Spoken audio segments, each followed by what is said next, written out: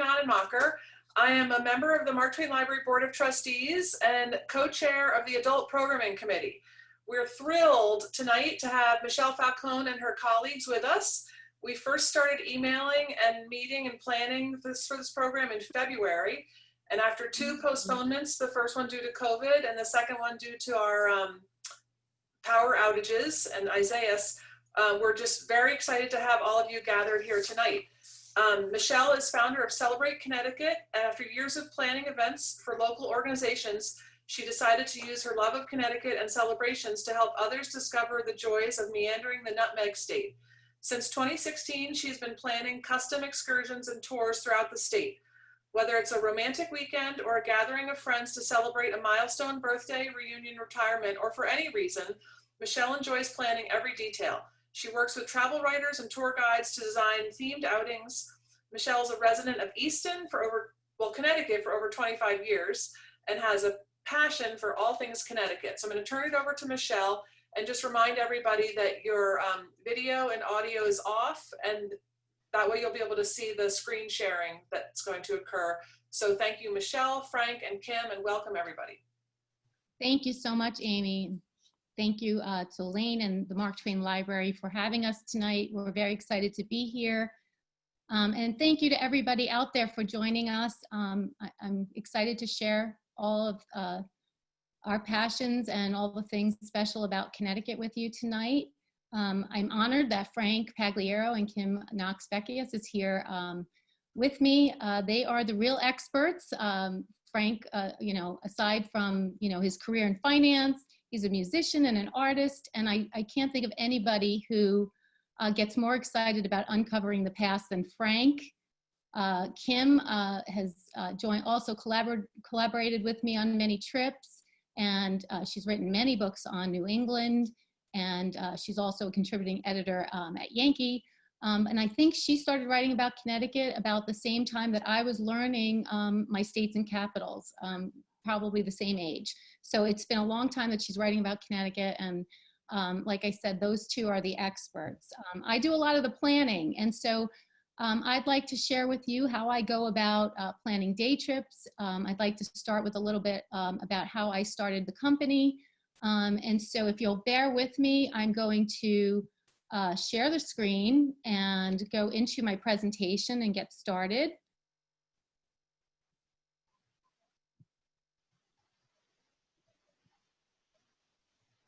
Thank you for your patience.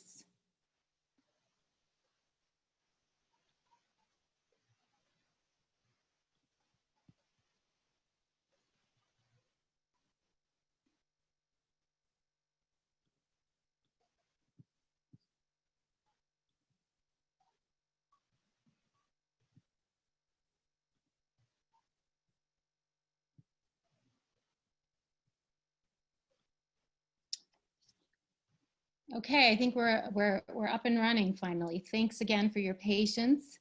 So I'd like to share with you a little bit about Celebrate Connecticut. I started the company after traveling through Europe and doing some intimate tours and enjoying the personalization of those small group excursions. And then I came back to Connecticut and thought that I'd love to see some of the beautiful and historic places here. And I searched for some tour companies that offered that same experience. And as I was unable to find any, I thought about starting my own company. And it took a few years, and then I finally launched in 2016 and did my first tour in the spring of 2017 here in my hometown, Easton, Connecticut. And Frank Pagliaro collaborated on that one with me. And since then, I've been running and planning excursions throughout the state. I have a love of celebrations, and so I encouraged people to celebrate every special occasion in their lives, whether it's a milestone birthday, an anniversary, retirement, or anything at all. And what I love is that I like to encourage people to also celebrate those special occasions in Connecticut.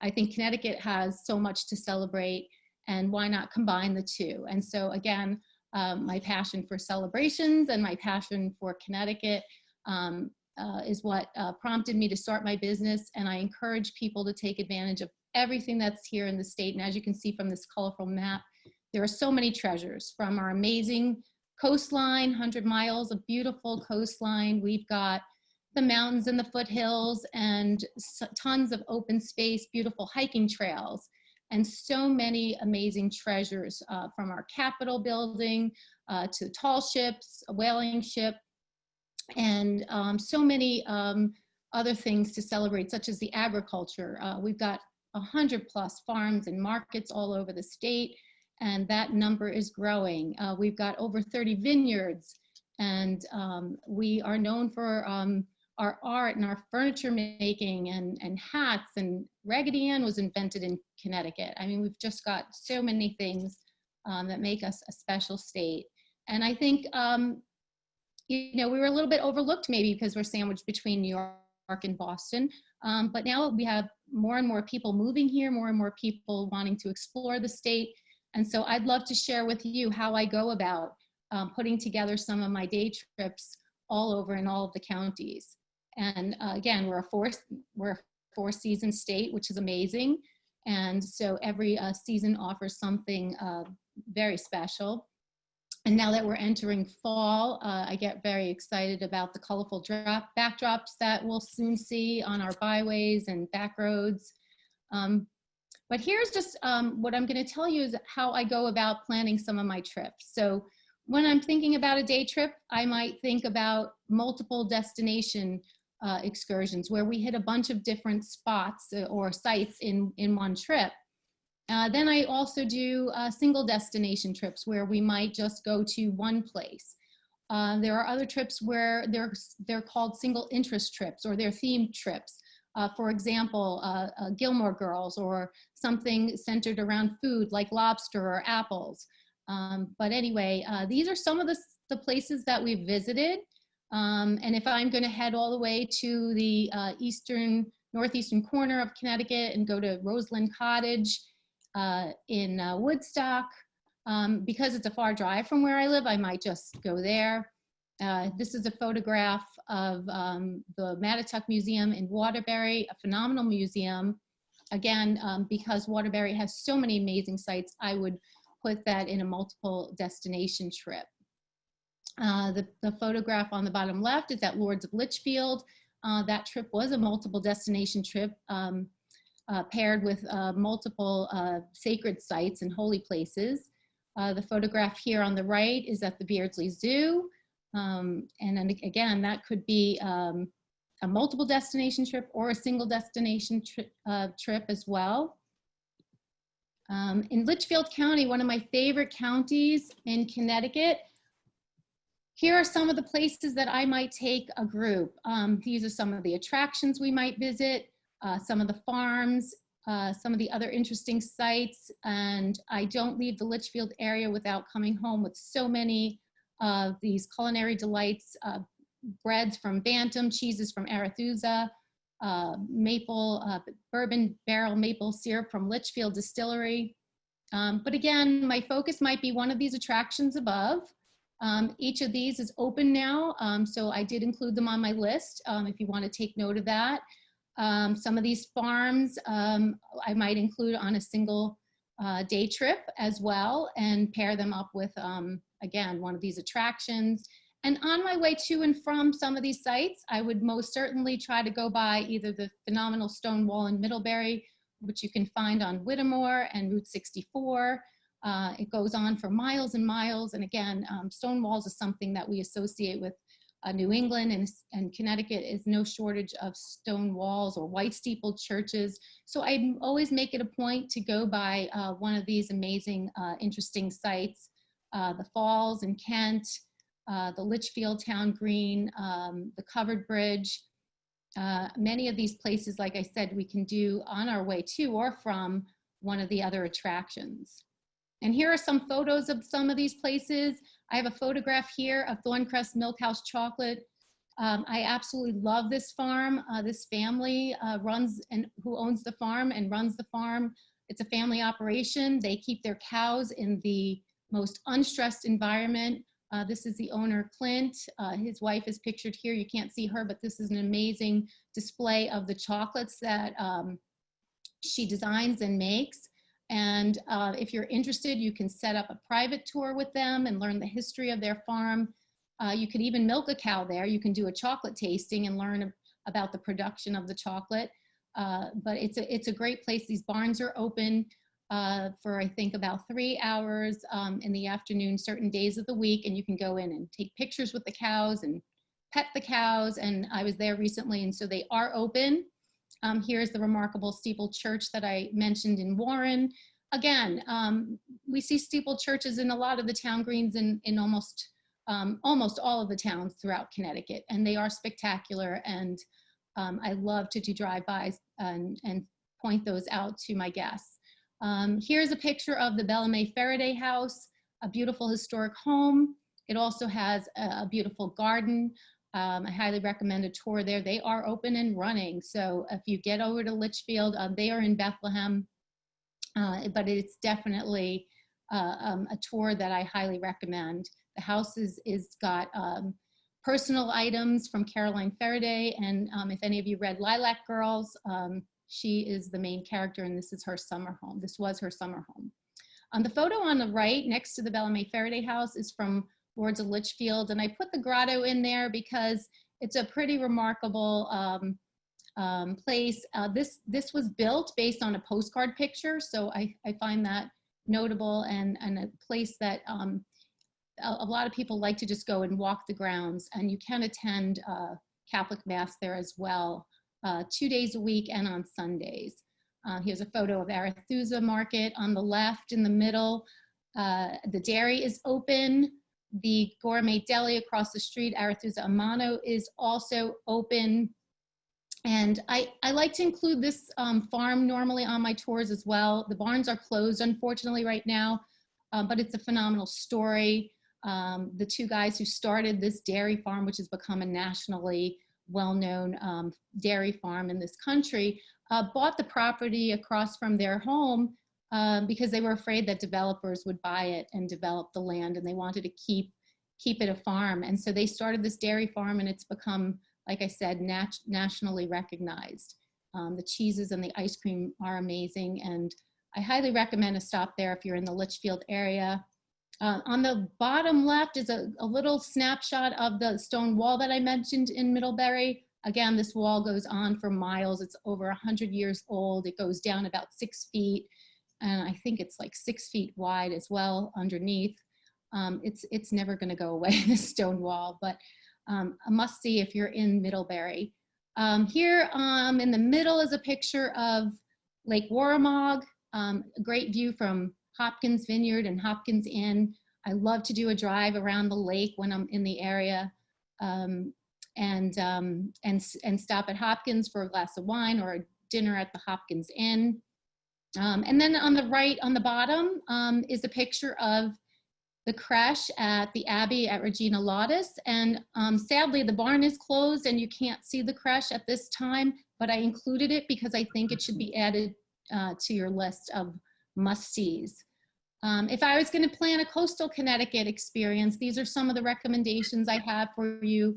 These are some of the tours that are up and running, and I highly recommend the Thimble Island cruise, Sheffield Island Lighthouse. You can go inside that lighthouse if you like to see lighthouses.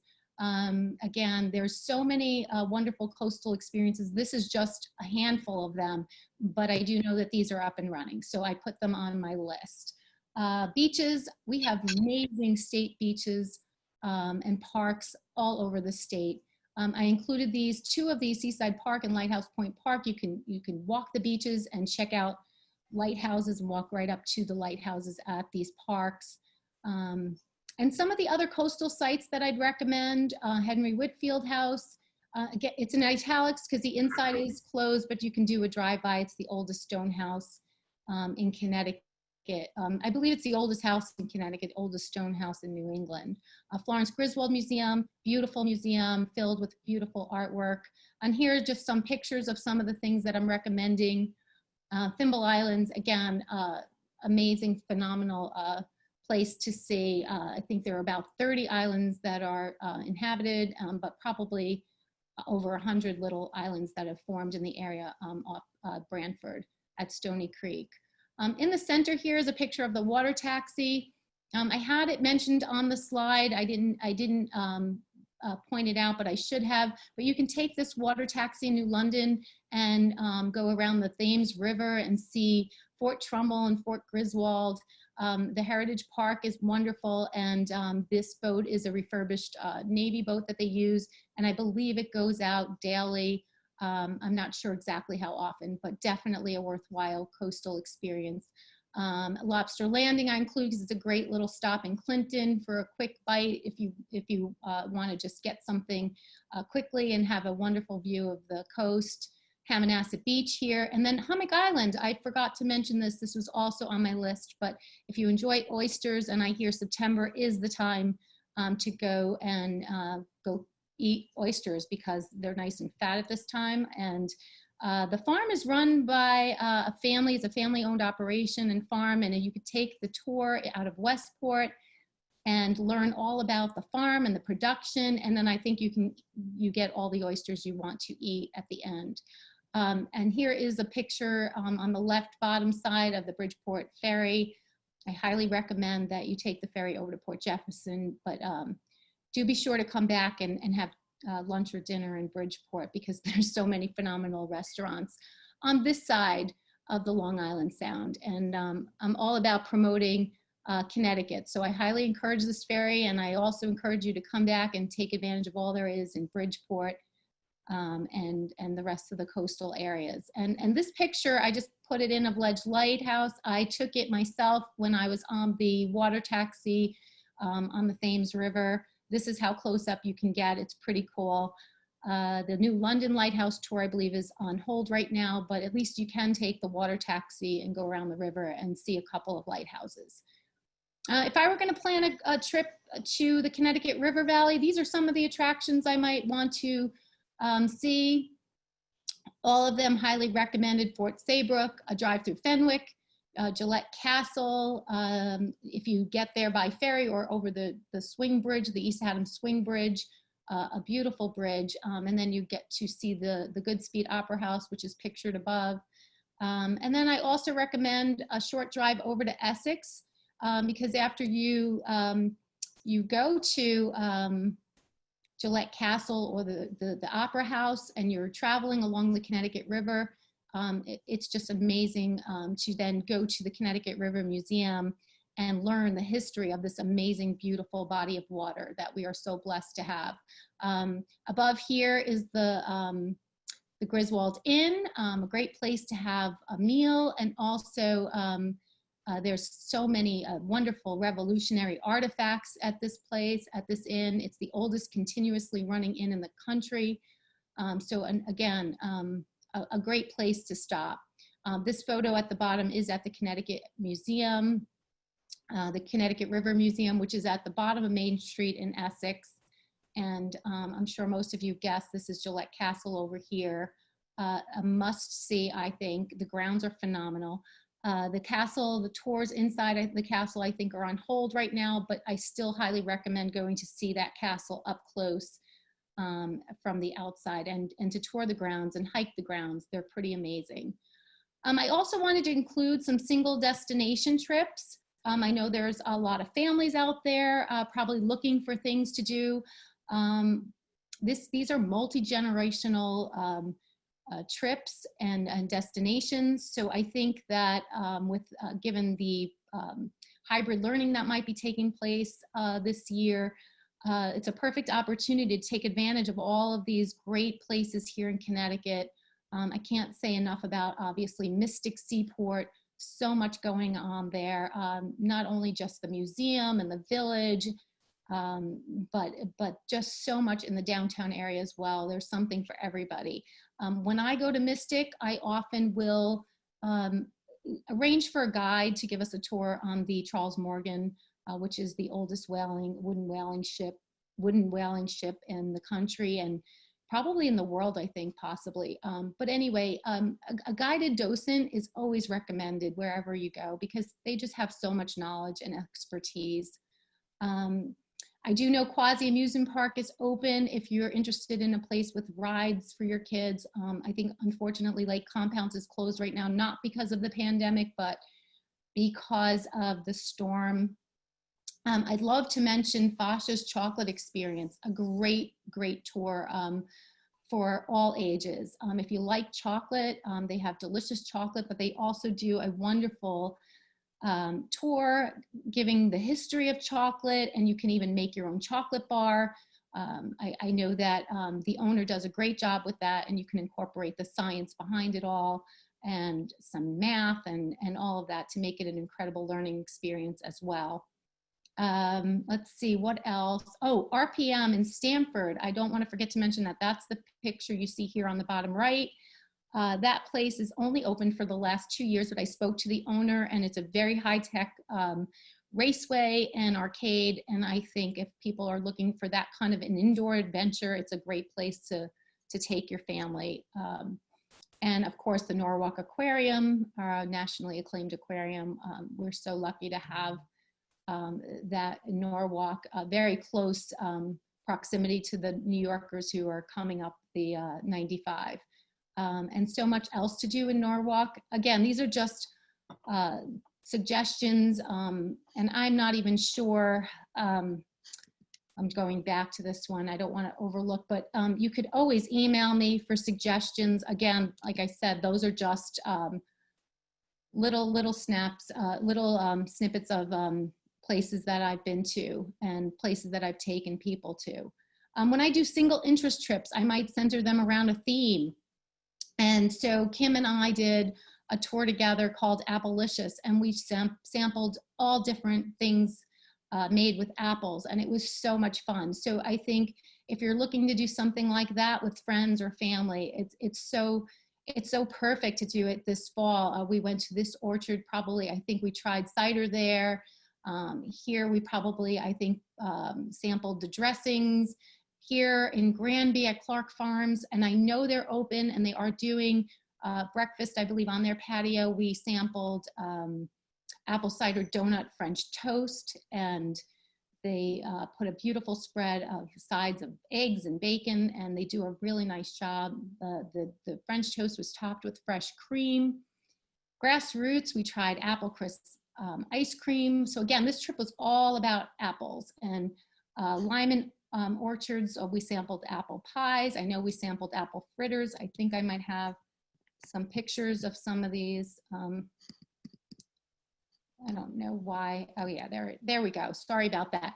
So yeah, this is a photo of some of the things we sampled, and what's not on my list is Aragoni Winery, which is in Portland, and they made 9 different varieties of apple wines, which was really amazing. And we sampled a good number of those. Another single interest trip might be garden stops. If you like gardens, here are some suggestions for gardens to visit in Litchfield. I had to include some of the pictures of these lobster treats that we enjoyed. Lobster is an all year round treat. So if you're finding yourself craving some lobster, there are many places all the way up the shoreline, starting from Greenwich all the way up to Stonington, where you can enjoy so many different lobster dishes. We sampled lobster hot dogs in Old Saybrook, and sushi lobster in Fairfield, and this was called the Lobster Bomb, and I think that was at Ford's up in Noank. Here would be some recommended hikes that I know everybody's looking to get outside, and this is a very short list of hikes, and I highly recommend that you contact my hiking expert, Brendan Wendt, at brendan.wendt@aol.com. He had sent me what would have amounted to 4 or 5 slides of hiking trails. I think he's hiked every trail in Connecticut. These were his top 10 recommended for easy hikes. But again, if you're looking for something more challenging or intermediate level, I can certainly reach out to him, or you can reach out to him directly. I highly encourage everyone out there to visit ctvisit.com. They are updating the site daily. And now that people are visiting Connecticut and are as excited about Connecticut as I've always been, they are realizing this, and the state is investing a lot in the tourism industry. And so this site has places to go if you want to experience an adventure trip, or you like something nature oriented, or you want to know where to get the best seafood in a particular area. So they have a listing of restaurants and other places to visit, vineyards, inns, B&Bs, all of that. You can do searches for everything. So again, I encourage you to visit ctvisit.com. My website is celebratect.com, and you can check out my completed events for ideas. You could always email me at celebrateconnecticut@gmail.com and ask any questions. I'm always happy to help. And if I don't know the answer, I will always refer to my travel guides and experts. And so now I'm happy to introduce somebody I have collaborated with on many trips. I think I mentioned that he is going to discuss some of the local history that maybe sometimes gets overlooked. And so now I turn it over to Frank Pagliaro. And thank you.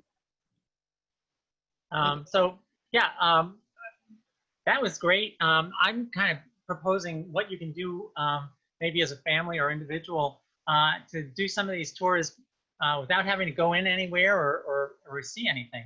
The way I come up with the ideas for the history part of the tours that we do with Michelle is generally pick up a local history book, preferably one with pictures.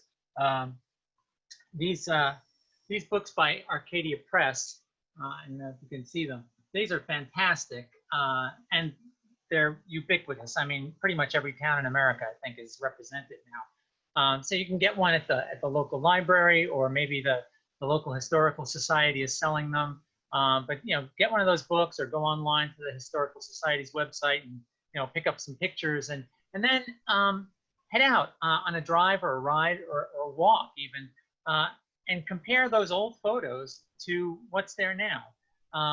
It's a fun historical scavenger hunt kind of thing, and you'll find, as William Faulkner said, that history is not was, it is. It's still out there. So I'll just kind of share a little bit from 4 towns in Connecticut.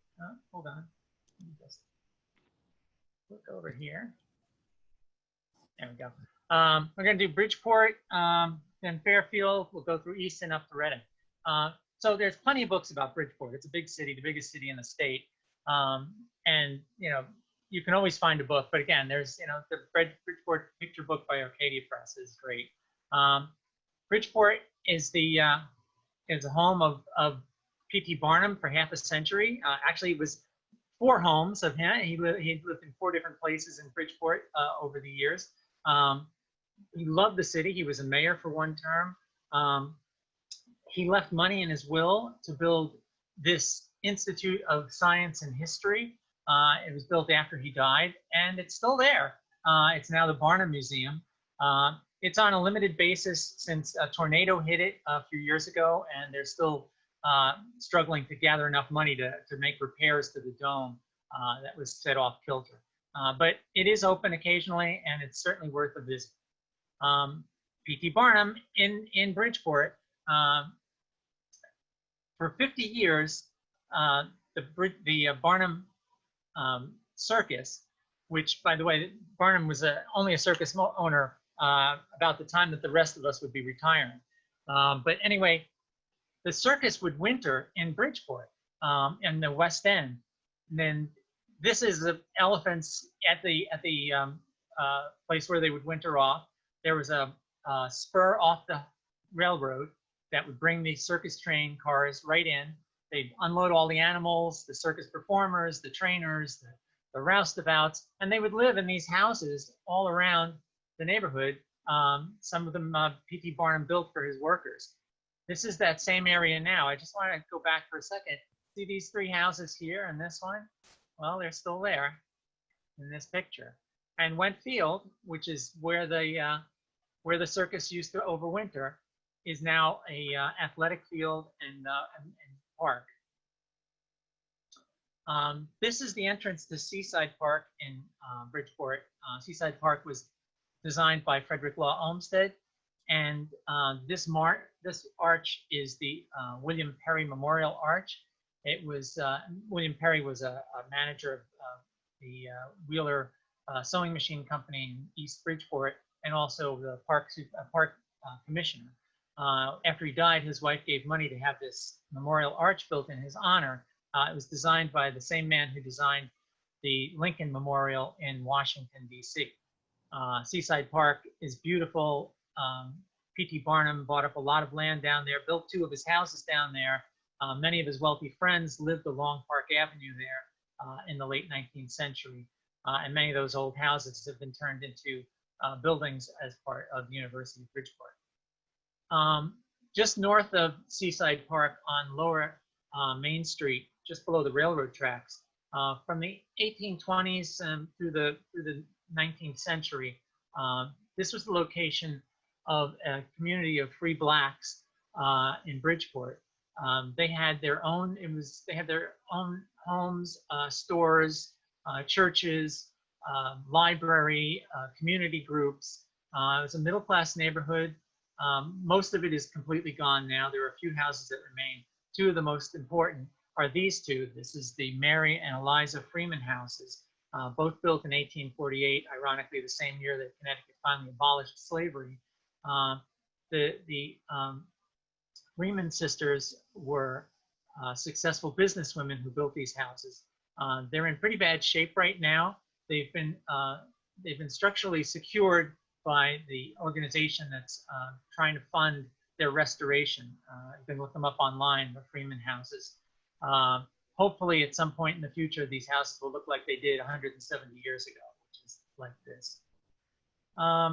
This, a little further up Main Street, is the Arcade Mall, one of the first indoor malls in America. Is located behind Sterling House Hotel, which is now the Arcade apartment buildings, built in the 1840s. This mall dates from the 1890s and has been restored, and inside there are now some shops. Hopefully there'll be more shops in the future. This is a great place if you're called down to Bridgeport Superior Court to take jury duty, to spend your hour of lunch in here or walking around downtown Bridgeport rather than sitting in the jury waiting room. This, just a few streets up on State Street, is McLevy Hall, named for Jasper McLevy, the long-term socialist mayor of Bridgeport. McLevy Hall was built in the 1850s. In 1860, Abraham Lincoln, while running for president, came and spoke in an auditorium that used to be in the upper floor of this building. The park next to it, McLevy Green, is a site of concerts, free concerts on Thursdays at lunchtime.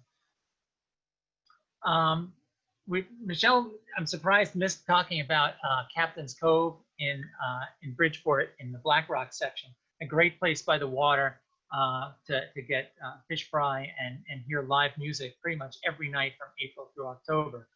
We're just going to go a little further to the west of there and talk about Black Rock. Black Rock was originally part of Fairfield. It was the port of Fairfield. In 1870, the people in Black Rock petitioned to annex themselves to Bridgeport because they wanted things like sidewalks, which Fairfield is not giving them. There's no before and after pictures here because it's such a beautiful walk down Ellsworth Avenue that you see the houses pretty much as they were 200 years ago, 150 years ago. There's all sorts of Victorians and colonials along here, just beautiful houses, and it's a really nice walk any time of the year to walk down to the water in the old harbor.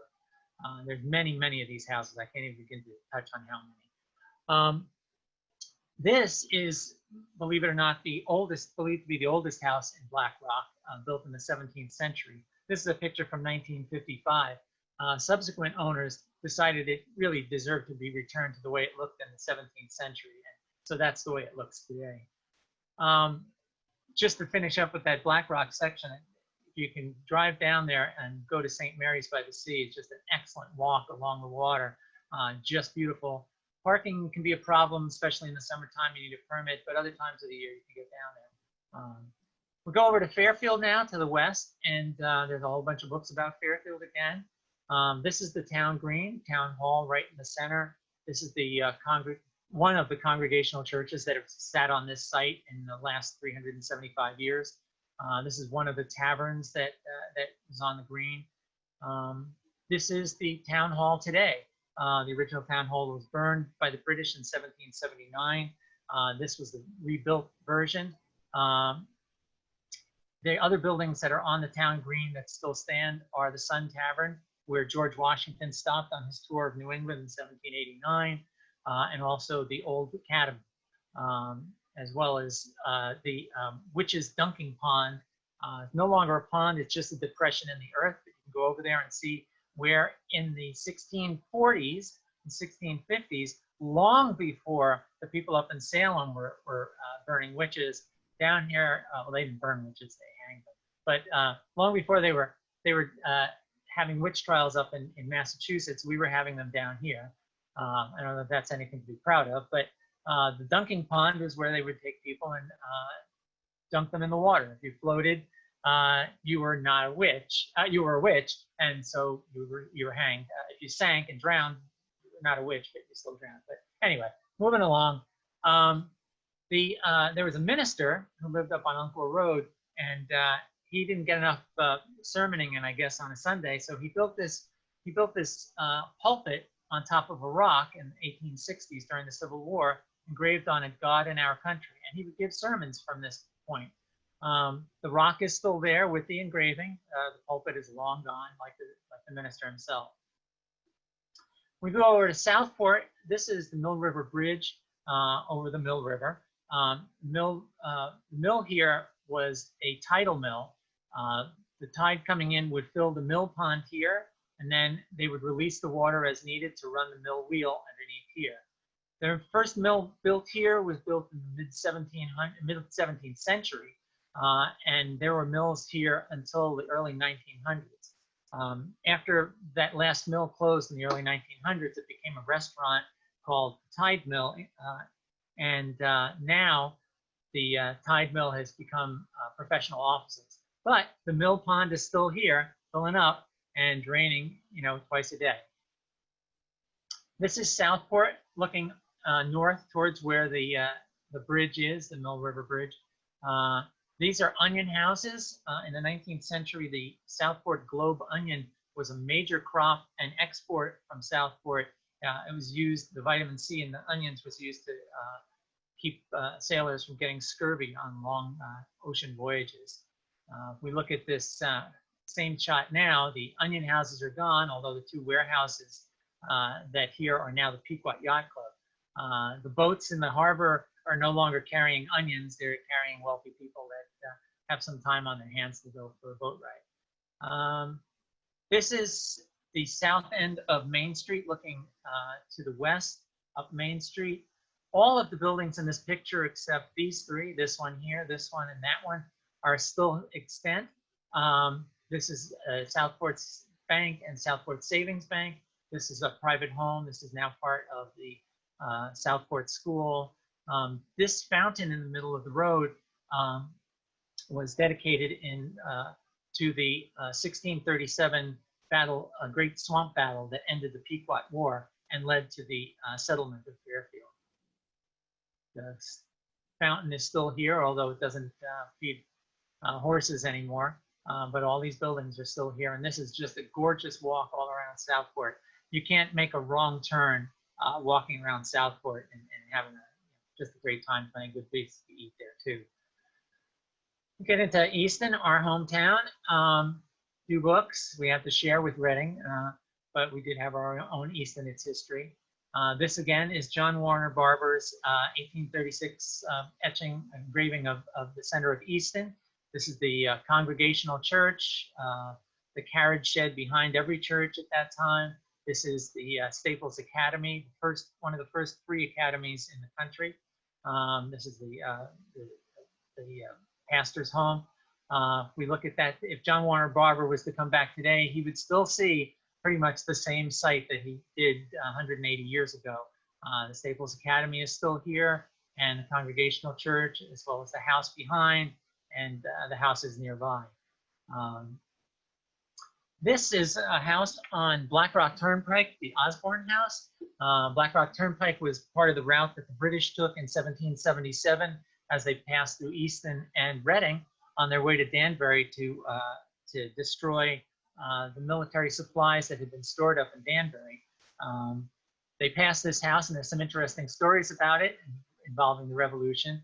We have the Osbornes standing outside their house with 3 gorgeous horses and a beautiful stone wall.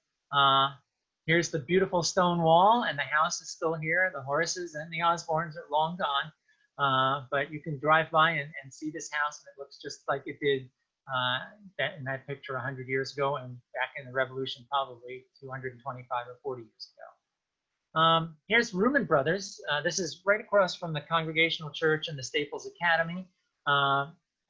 Ruman Brothers was 2 buildings, an 18th century building and a 19th century building that were drawn together and connected to make one big general store and post office. Look out the old cars in this picture and just compare them with the next picture.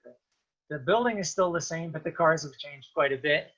It's still kind of a general store and post office. There's a coffee and market here. This is a great place to stop in and get, a refreshment as you're taking your little trip around Easton or Reading or wherever you're going, or even for a little walk around this part of the Easton historic area.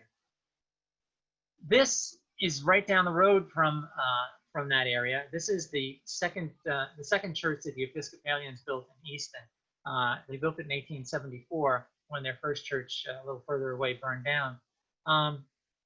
It remained a church until they outgrew it in 1945, at which point it became a home, private home, left a lot of the rickrack on, and apparently they also left the windows intact, just covered them over with siding, because the current owner removed the new siding and returned the church to the way it looked in the 1870s, minus the steeple. I just love that church. This here is Den Road. This is the entrance to Den Road, just off Black Rock Turnpike, just south of the border with Reading. Den Road was the location of a free black community in Easton during the 19th century. A lot of the people that lived along there worked in the local farms or in the mills along the Aspetuck and Saugatuck rivers. This runs down all the way down to the Saugatuck Reservoir. It's part of the Aspetuck and Saugatuck trails and also the Centennial Watershed Trail. It's a great walk. If you go up in there, look off to the north side of the trail, and you'll see the foundations of the people who lived, of the homes of people who lived there. Nearby is a small integrated cemetery. We'll get into Reading, and this is General Israel Putnam's headquarters during the time that he spent in the winter of 1779 in Reading. And this is the guardhouse that held the 2 men who were executed on Gallows Hill. Yeah, it's not just a name, it was a place. One was executed for spying and the other was executed for desertion. Both this house and the General Israel Putnam headquarters no longer exist. They were torn down years ago, early part of the 1900s. But you can still visit one of the 3 places that Putnam's troops were stationed during that winter.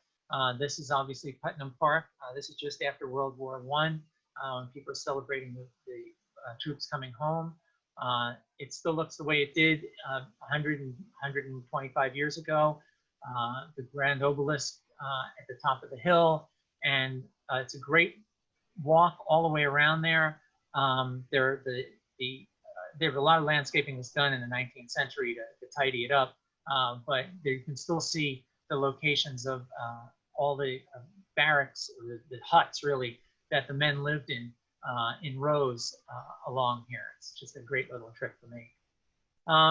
This is a blacksmith shop that was on Sherman Turnpike, just up the road from Mark Twain Library. If you I want to just note this barn here and the house. The barn and the house are still there. The blacksmith shop and all the horses it shot are long gone as well. And this is, of course, everybody should recognize this because it really hasn't changed in the last 200 years. This is the green in front of the Congregational Church and the townhouse. And this is the way it looks today as it did when that picture was taken over 100 years ago. And finally, the Mark Twain Library, gifted by the most famous resident of Reading, I would say, when he ended his life here in Reading. He donated books and money to establish this library, and we're so glad that he did, and it looks pretty much the same way it did years ago. And that's pretty much that. Let's go back to here and back. Okay, so I'm gonna turn it over to Kim. Sorry it took such a long time talking. No, it's wonderful, Frank. And I think for all of us here on the Zoom tonight, we want to see these wonderful Connecticut treasures survive and thrive. And the only way we can really do that is if we start getting on the road.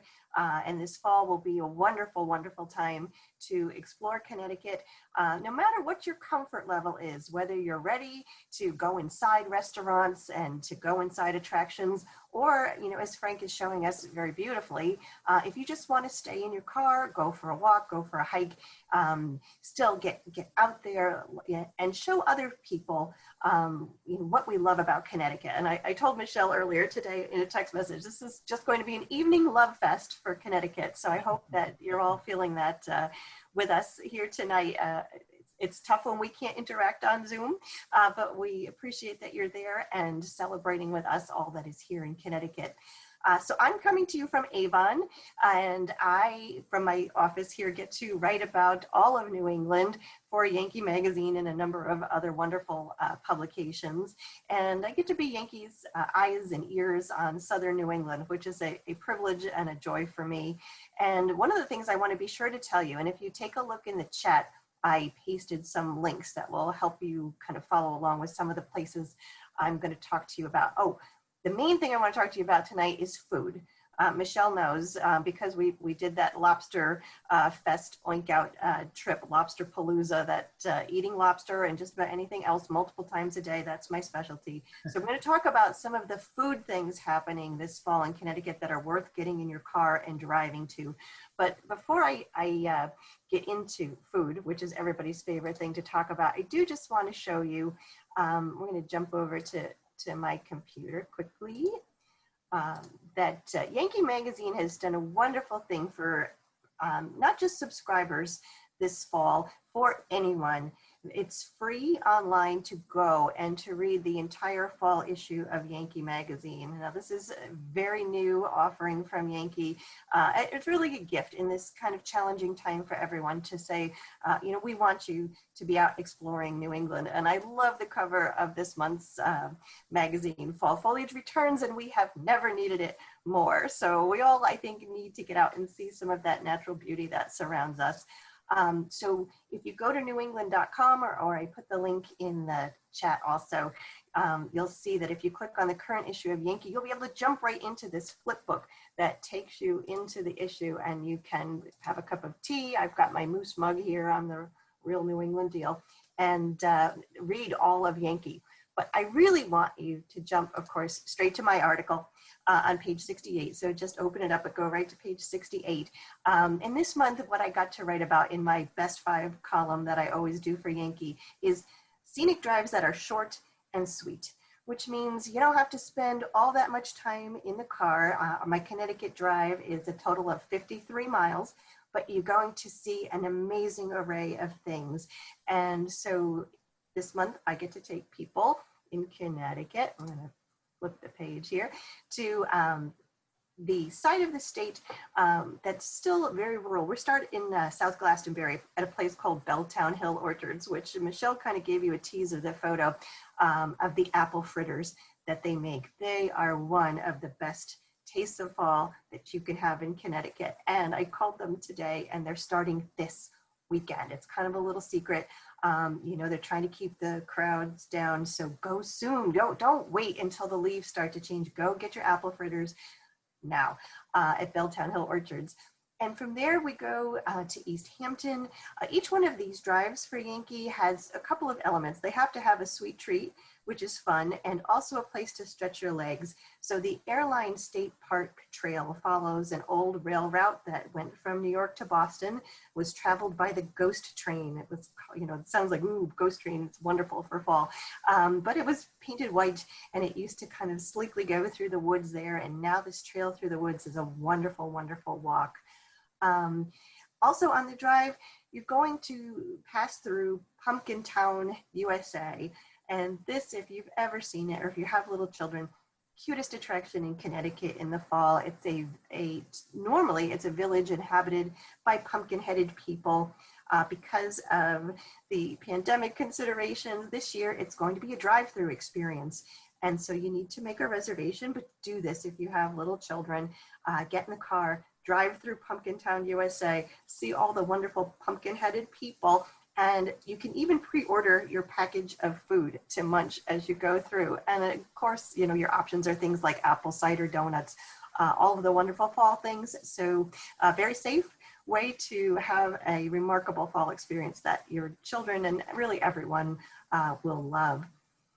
The drive goes through Scotland, Connecticut, which is a little village I had never been to. If you're checking off those, what is it, 169, Frank, help me out. Yep, that's right. 169 towns in Connecticut. Scotland has a lot of history. It has an adorable town green with a gazebo and old houses surrounding it. So it's one of those kind of great photo op places to go and take your own selfie. And then the drive winds up at Sharp Hill Vineyard, which is doing wine tastings. And I think one of the things to remember too is that all of our agricultural businesses in Connecticut are essential businesses, and that includes our vineyards. So we want to support them and help them stay surviving and thriving this fall. And fall is harvest season, wonderful time to do a wine tasting.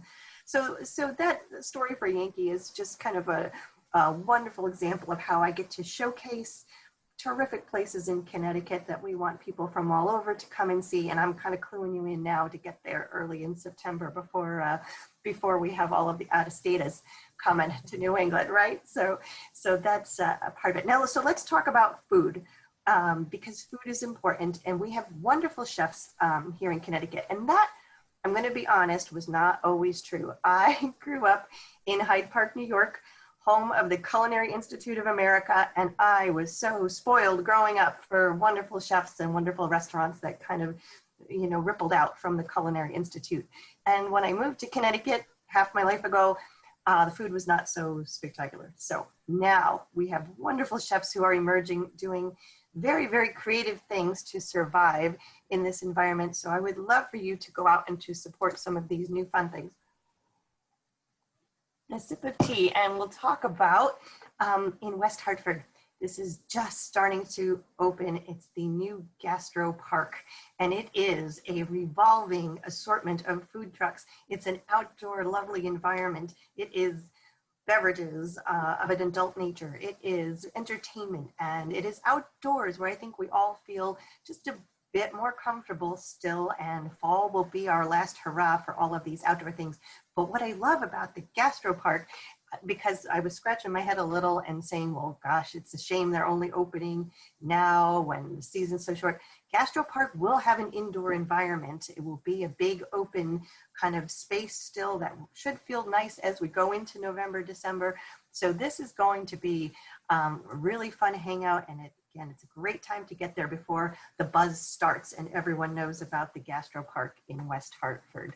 So this is fun, and I am excited. So just a little scroll through so you can see the environment that they're creating at the Gastro Park. One of our state's best chefs, Tyler Anderson, owns multiple restaurants in the state. His flagship fine dining restaurant is Millwright's in a beautiful old mill building on the water with a waterfall and the most beautiful scenic outdoor fall environment. And that's in Simsbury, Connecticut. And people come from New York City to dine with Tyler at Millwright's. But we don't always, Simsbury's one town over for me. I can't afford Millwright's every night, but Tyler has turned the parking lot at Millwright's just just the other day, this is literally brand new, into Take, and it is street tacos, barbecue, beverages, with the idea that you're going to come and tailgate in the Millwrights parking lot. So what is this? This is so fun, number one. Number two, it is one of the best chefs in Connecticut. Kind of, you know, he's gonna slum it for the people a little. You know, he's really doing a nice job of saying, what do people need right now? They need something affordable. They need comfort food, but still prepared with his incredible touch. So I think this will be, again, one of the most fun places to go for a drive and then hang out and enjoy all of this, you know, tailgate. We're missing football. We're missing all of these tailgating opportunities that we normally have in the fall. So go and tailgate at Tyler's restaurant in Simsbury. That will be great fun. I want you to know also about another wonderful chef, Adam Young. You might know that he was named the best baker in all of America. So go Adam, and he is in Mystic, Connecticut. So his bakery called Sift is already on a lot of people's radar, but what folks maybe don't know yet is that he has turned the rooftop at Sift into Mix, which is a cocktail bar. So that's exciting. And then he has also opened another fun place across the street called Young Buns. So now we've got America's best baker here in Connecticut making donuts for us. So these are all these bucket list things for me this fall. I have got to get myself down to Young Buns. Everyone I know who's gone is just in love with these donuts. So once again, when you're looking to hit the road, now you can go and you can get Adam's baked goods, his donuts, and his cocktails all in one stop. It doesn't get a whole lot better than that. We, you know, again, up near me have some innovative things going on in the city of Hartford. And so believe it or not, Hartford is home. And I've got stuff jumping around, I apologize. To Connecticut's first food hall. And if you have been to a food hall like the Boston Public Market, or there are food halls in New York City, or Eataly, any of the Eatalys all over America, you know a food hall is about walking in and just being totally overwhelmed by all of the food choices and gravitating, oh my, what will I eat? What will I eat? What will I eat? So this is what we've created in Hartford at the Parkville Market, is a food hall with different types of cuisine from all over the world. Some are names you may know. Some are names like Portly Pig that may excite you, like they excite me because I'm a bacon fan. So this is a wonderful opportunity, again, in a place with a ton of outdoor dining space, with high ceilings and big open market environment to go and to dine on many, many different things. Bring friends, share, and have a real kind of fun dining out experience without breaking the bank. One more just to put on your radar for this fall, because I know we're starting to run just a smidge long, and I think they told us we could run a little bit long.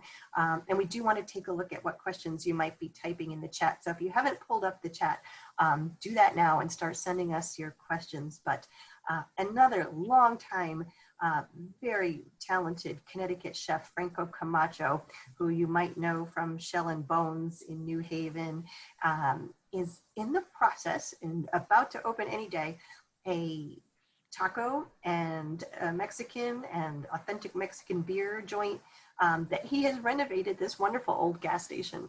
And if you jump to his Instagram, you're going to see, like, these are just terrific pictures of what they've done to bring this space into a new incarnation. And this, you can just tell from the photos, this will be so fun. So Camacho Garage, it's called. This is Franco's newest endeavor, and keep an eye out because that is opening any moment. Michelle, how are we doing? Are we getting any questions from our? I don't see any questions. Yeah, just comments. I'm going to scroll. Yep, no questions. So I'm not sure if that's because people don't have questions or if they prefer to ask us, individually via email. I know I did get a couple of questions regarding trips to Mystic and other destinations, specifically for people who are planning upcoming trips and wanting to know where to go. So I'm happy to have anyone email me personally after tonight's program. Again, I went through quickly just a bunch of different destinations. Of course, I overlooked so many towns, cities, along the coast, in the middle of the state, of course, in all the corners. There's so much to do and see. So I'm really excited to and welcome people to send me questions. Kim, I think you posted some of your personal links. I know you're on Twitter and Instagram and Facebook. So I know people can message you there if they want. Right. On Instagram or Facebook, you can find me at Everything New England. And so that's a great way to connect with me and stay in touch, both of where I'm headed and what I'm exploring, and also to ask any questions you may have. Happy always to weigh in and give you some ideas. Also, Facebook has a lot of wonderful interactive groups that you can join as well, where people are talking about the Connecticut culinary scene. So there are great ways to stay in touch with what's new and what's hot. And someone said to me recently, there are no fairs this year, no festivals, all of those things that tend to make fall exciting for us. Well, sometimes you just have to work a little harder and create your own festival. And that's what you do. You get on the road and you go to some of these places that are striving very hard to continue to provide for us. And so I have so much respect for anyone who is opening a restaurant, converting their restaurant, doing interesting things this fall. And so just call it your own fair of food, or your own road trip to explore. And we'll make it ourselves when we need to. So that's what we do in Connecticut, right? So. Yeah. So Kim, a question just came in. If you're trying to avoid crowds this fall, what would you suggest as far as a drive with maybe apples, donuts, casual lunch? Oh my gosh. Right. So this drive that's in Yankee, the South Glastonbury to Pomfret drive, is, a part of the state that is very, very uncrowded. Of course, staying away from weekends is strategy one. If you can get on the road at a different time, of course, I gotta say the Belltown Hill Orchards apple fritters are a weekends only thing, right? Michelle and I found that the hard way. Yeah. You can't do that during the week. But that part of the state is a good place to go. The area around Southington, Connecticut is populated with apple farms, and without the Southington Apple Festival happening this year, that will keep the crowds, kind of lower than typical in the Southington area. But try to go and find your way, kind of midweek is really the secret, and go early and get there in September and not in the middle of October is the other good way to go. Absolutely. I also love, I wrote for Yankee years ago a drive, and you can kind of, if you search for it or get in touch with me, I'll get you the link, that is up in the Granby and Goshen area of Connecticut. That's another wonderful sort of undiscovered part of the state. And Michelle was talking about Thorncrest, where the wonderful, beautiful cows make beautiful chocolates. But Goshen also has, for example, a bison farm, Mohawk bison. If you're in that groove of buying from farms, and that's something I've been doing a lot this summer, you can really plan a farm tour through the Goshen area and Granby area and stop at vineyards, stop at a meat farm, and support some of those. We have flower farms in Connecticut. We have dairy farms in Connecticut. We have, a wonderful lavender farm. There are all of these non-traditional. You don't have to think of going to the farm as going to buy veggies. Going to a farm can be a cheese experience. It can be a wine experience. It can be a chocolate experience. So that's so fun. Yeah, Frank and I understand that. We don't have to leave our town to feed our families. We have so many farms in Yeah. Yeah. So how amazing, though, that these farmers are popping up all over the state, and more people are appreciating the locally grown wonderful produce and meats and everything. And I think not only healthier, but so much more delicious.